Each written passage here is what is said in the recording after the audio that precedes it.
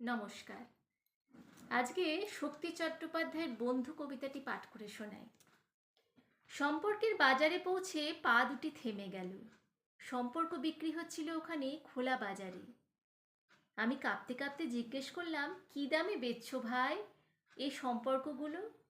দোকানদার জিজ্ঞেস করলো, কোন সম্পর্কটা বানাতে চান আপনি? ছেলের না বাবার, বোনের না ভাইয়ের? বলুন আপনি কোনটা চান? মানবতার না ভালোবাসার, মায়ের না বিশ্বাসের? বাপুজি, কিছু তো বলুন কোনটা নিতে চান? চুপচাপ দাঁড়িয়ে কেন? ঠিক ভেবে বলুন। ভয়ে ভয়ে বললাম, বন্ধুর।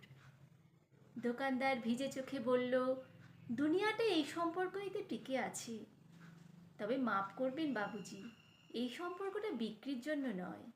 এর কোনো দাম দিতে পারবেন না। আর যেদিন এটাও বিক্রি হয়ে যাবে, সেদিন দুনিয়াটা উজাড় হয়ে যাবে।